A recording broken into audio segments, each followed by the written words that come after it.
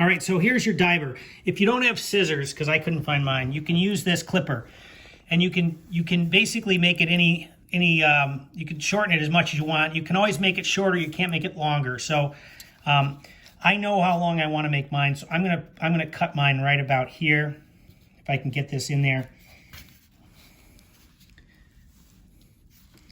Okay, and I'm just gonna clip that. All right, now this thing floats too much. You see how that's floating right there? If we go from the side, you can see this is clearly not, the density of this is much greater than 1.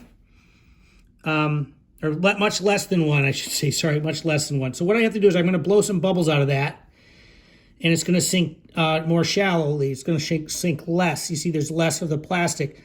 I'm gonna blow a few more bubbles out. And you can see where the water level is. That's getting close. Do you see how much of the there's just a little bit? Can you come up here? See how there's just a little bit sticking out?